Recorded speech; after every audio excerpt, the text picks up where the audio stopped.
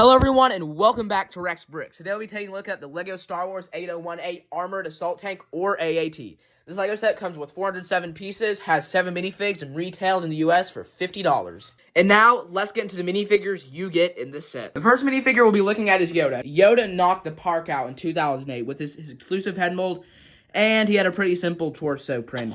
Because it's 2008, there's no back torso printing, but that can be excused for the times.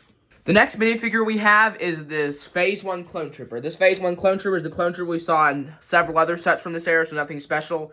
It does have that cursed early Clone Wars face, but the helmet's pretty good. And what is rare for 2009, we had a back print. The next minifigure is the Super Rocket Battle Droid.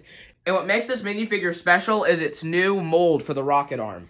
This thing has some great articulation. You can just move it up like that, and it's just a 10 out of 10 design. And the best part is we got 3 of them in a $50 set. I mean, LEGO would not do that nowadays. Give you 3 new molded characters in a $50 set. So the next and last minifigure is the regular Battle Droid. I mean, they're nothing special. We've seen them in LEGO Star since 1999, but one thing I did find interesting is that these guys do have the straight arms. And also, you got 2 of them in the set. I'd rate this minifigure selection 10 out of 10. I mean, for 2008, these minifigs were ahead of their time.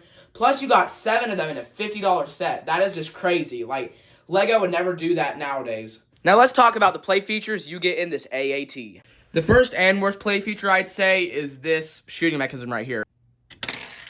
As you can see, it's pretty bad. It hurts your thumbs. You can't get it more than a few feet off the ground. And it's hard to get to work. The next play feature is your ability to move the cannon up and down. I mean, it's nothing special, but you do have a good range of motion. You can also swing it side to side. It's a nice play feature, just, I don't know, you expect it and it's not really that exciting. The next play feature is your ability to open up a hatch and place your droid minifigure inside. But the problem is you can't actually close it with his head up. You have to push the head down to do it, so it's a play feature, but it's kind of inaccurate to universe, but I guess I had to do whatever worked. The next play feature we'll be looking at is your ability to swing this to the side and open up this hatch. You can take that hatch and put a minifigure down in the belly of it to disarm some guns. Now, the final play feature for this LEGO set is that you can actually pull the back down and turn the entire middle of it into a speeder. I mean, this is just such a cool play feature. You can see we have our gunnery technician from earlier, and you can just, like, zoom around. It is actually pretty cool how you can just deploy a speeder out of the AAT.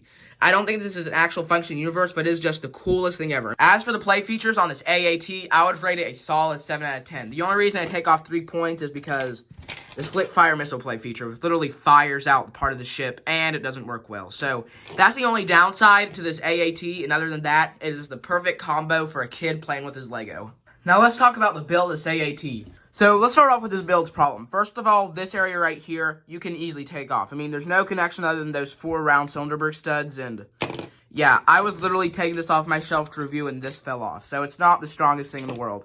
Also, if you lift up on the barrel too much, that happens. Another thing I noticed, if you swing this around too much, the thing will come off. It's a pretty big pain to try to get back together once it falls off. Another negative feature I discovered about this AAT is that this will not stay up. It's supposed to be like that, and then you lower it for take it up, but it just wants to fall down, just sagging of parts. Now let's talk about the good things about this AAT. The cannon up here is very nice. You round it off. It's a pretty perfect design, but it's not the most sturdy thing in the world. Right here, they incorporated this feature perfectly where you can bring this up without making it detract from the look. And it used some beautiful curved parts right there. Also, you might think that the speeder would just fall right out of the bottom, but it doesn't. You can see it's strongly held on by a clip right there, which allows you to just slide the speeder in and make it stay secure. And there's a better view on how the interior looks on the inside. Another beautiful part about the design is these cooling tanks right here. You can see they used a telescope piece and they used a cylinder piece. And you have some nice grilling off at the side. Also, the head right here is very beautifully put together.